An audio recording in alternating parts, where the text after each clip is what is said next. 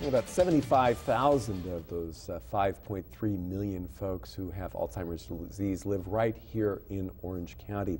Orange County is also home for UCI MIND, one of the leading institutes that is trying to find a cure for Alzheimer's and, in the meantime, trying to improve the lives of those who are affected by the disease. We have with us during this segment the former director of the Alzheimer's Association of Orange County, and she is currently the director of Development and Donor Stewardship for UCI MIND.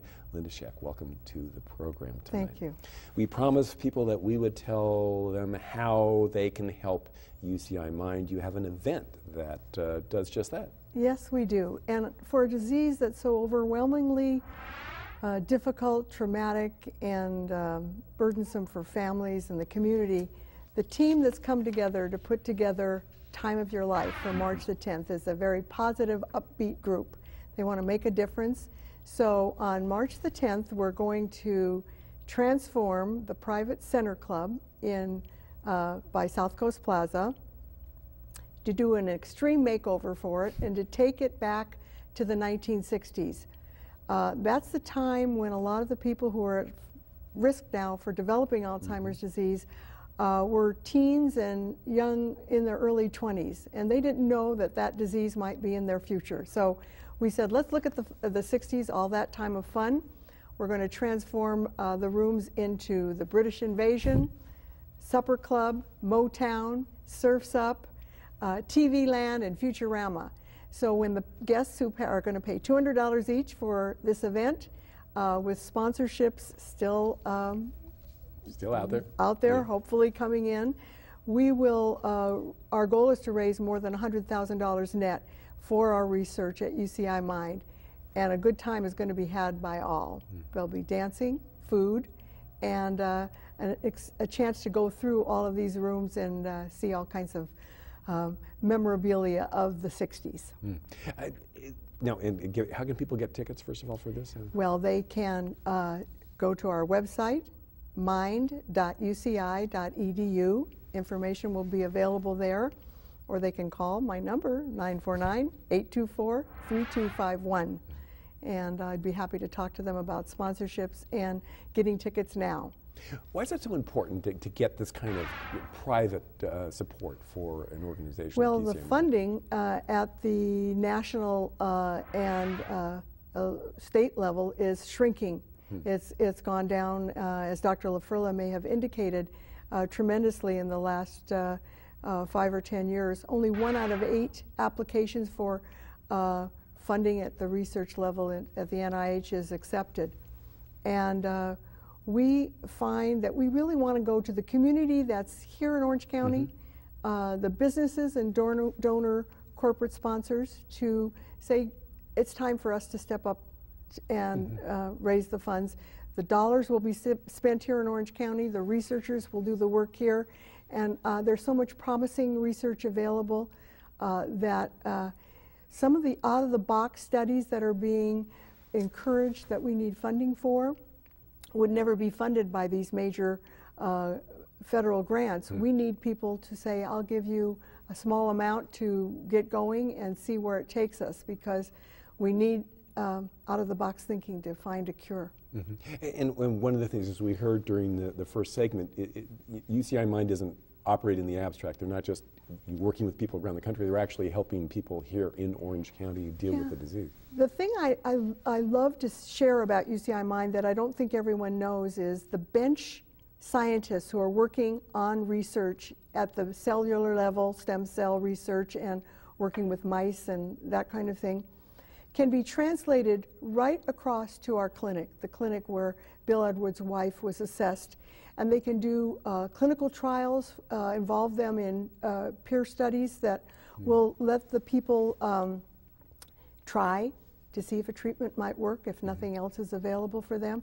And a lot of the people who go through those programs are very interested in doing that for science, and so their children will. It seems to me when you're in that situation and watching a loved one go through that, and we'll talk about your personal experience as well, you really are looking for something that can give you some hope. And not just a diagnosis, but some hope that there might be something you can do for them. Yes, and I think that's the fear so many people have, They don't want to get a diagnosis because they think, well, there's nothing I can do. There's a lot you can do. First of all, if you get a diagnosis early, you can also set your financial affairs in order. You can do your legal planning and all of that a lot of people don't consider a value.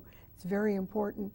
And then you can participate in clinical trials. You can try some of the medications that work better before the disease process has gone along.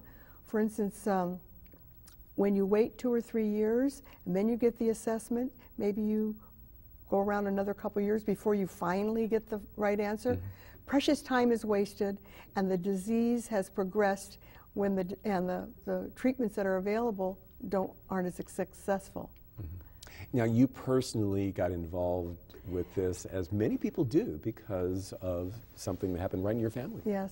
My father-in-law developed the disease, and we didn't even know a thing about it at the time, and it was in the 80s, and we used humor and love and support and lost him. And that's when I went to work for the association, helping caregivers. And then when I left the association, I came to work for UCI to provide donor stewardship, to encourage people to think about philanthropic gifts to fund research. And now my mother has the disease, and we're coping with that. The cost is tremendous for the care. I want a cure for my children and my grandchildren. Talk about that whole process for your mother, because I mean, it's so many people will unfortunately go through that same situation. I mean, as we heard, the scope of this disease is just huge here in Orange County. Tell us about what you have done, as somebody who's sort of on the inside. On the inside, intellectually, I've given talks. I've told people how to behave when little techniques that you can try. And then when it's your own mother, all that goes out the window. I remember there was a time when my father was ill, and I'm blessed to have both parents still living in the house I grew up in. My father was ill and hospitalized, so we had to have my mother stay in a care facility. And she said, "What are you doing to me? Why are you putting me here? Why are you doing this?" And it broke my heart. But it was for her own good, of course. And so those are the kinds of human trials that I do not want to have other people go through. And she still fortunately recognizes me, but she doesn't recognize the grandchildren, and that's very sad. It must be very, very hard, particularly again because you do sort of, like I said, have sort of this inside track at UCI Mind. Say, well, if anybody could get help, it would be you. Would be you. Yes. But there is a way, obviously, that people can help out, as you mentioned.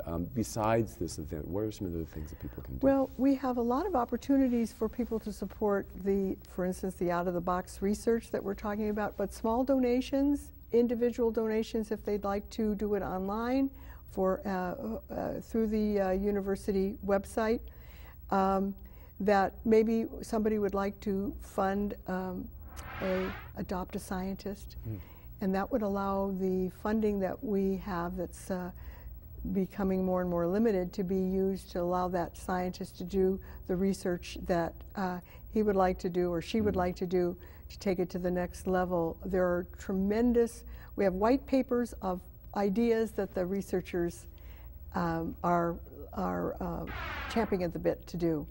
And again, where can people get more information? UCI Mind is available at mind.uci.edu for the Time of Your Life event and to donate to the Orange County's only federal and state funded research institute. Very good. Thanks so much for being with us tonight. Thank you. And sharing what you guys are doing at UCI Mind and your own story as well. Yes. Don't go away. We'll be right back with more here on Coxville.